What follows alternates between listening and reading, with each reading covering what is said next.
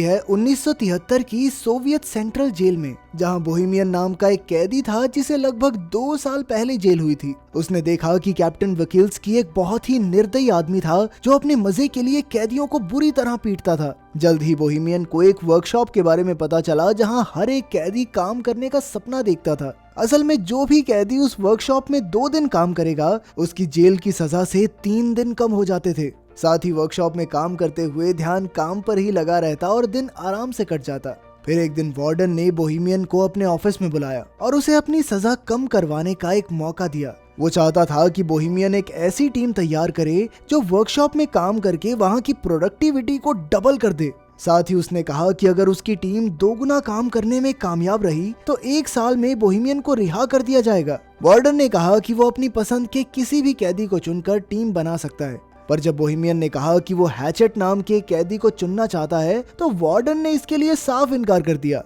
असल में हैचेट काफी खतरनाक कातिल था जिसने 2 लोगों को बेरहमी से मार डाला था। लेकिन जब बोहेमियन ने कहा कि वो बहुत मेहनती है, वो जरूरी है टीम के लिए, तो फिर वार्डन उसकी बात मान ही गया। आखिरकार बोहेमियन ने अपनी टीम बनाई जिसमें हैचेट, नीडल, बूढ़ा मास्टर और क्रेसी नाम के कैदी शामिल थे। बोहेमियन के दोस्त हैचेट से थोड़ा डर रहे थे तो बोहेमियन ने उन्हें समझाया कि हैचेट से बिना बात किए उसे बस अपना काम करने दो। असल में बोहेमियन और हैचेट काफी अच्छे दोस्त थे क्योंकि कुछ समय पहले हैचेट ने बोहेमियन की जान बचाई थी। खैर जल्द ही उनकी टीम काम करने वर्कशॉप में आ पहुंची। वहां जाकर नीडल एक गार्ड को चिढ़ाने लगा जिससे गार्ड को बहुत गुस्सा आया, पर अभी वो नीडल को पीट नहीं सकता था क्योंकि उन्हें वर्कशॉप का बहुत जरूरी काम करना था। खैर फिर हम देखते हैं कि सभी कैदी काम करने की तैयारी कर रहे थे। कुछ देर बाद गार्ड ने वहां आकर सबको चॉकलेट्स दी क्योंकि उसकी पत्नी ने एक लड़के को जन्म दिया था। लेकिन बाद में कैप्टन ने गार्ड को चेतावनी देते हुए कैदियों से दूरी बनाकर रखने को कहा क्योंकि उनमें और जानवरों में कोई फर्क नहीं।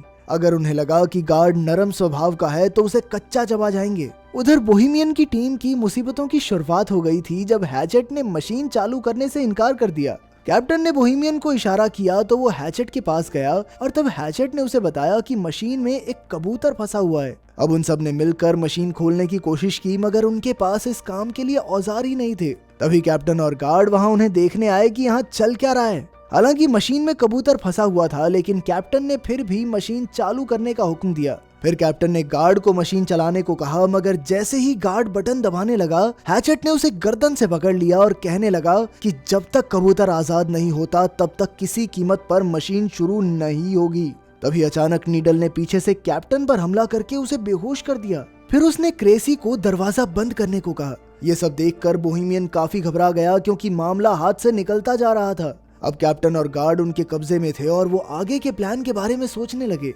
बोहेमियन ने कहा कि वो पुलिस को फोन करके सब कुछ सच बता देगा, पर हैचेट ने उसे धमकाकर कहा कि अगर उसने ऐसा कुछ किया ना तो वो कैप्टन को मार डालेंगे। जिस पर कैप्टन ने गुस्से में कहा कि उनमें से कोई भी जिंदा नहीं बचेगा, जिससे वो सभी काफी डर गए। फिर बोहेमियन ने कहा कि उन्हें कैप्टन और गार्ड को छोड़कर फिर से काम पर लग जाना चाहिए। मास्टर और क्रेसी भी बोहेमियन की बात से सहमत थे, पर नीडल जानता था कि अगर उसने कैप्टन को छोड़ दिया तो वो अपनी जान से हाथ धो बैठेगा। फिर बोहेमियन ने हैचेट से गार्ड को छुड़वाने की कोशिश की, लेकिन हैचेट ने कहा कि जब तक वो कबूतर आजाद नहीं होता तब तक काम शुरू नहीं होगा, मतलब नहीं होगा। अब बोहेमियन ने फिर से मशीन खोलने की कोशिश की मगर वो नाकामयाब रहा। तब हैचेट ने कहा कि अगर ये कबूतर मारा गया ना तो मैं इस गार्ड को भी मार दूंगा।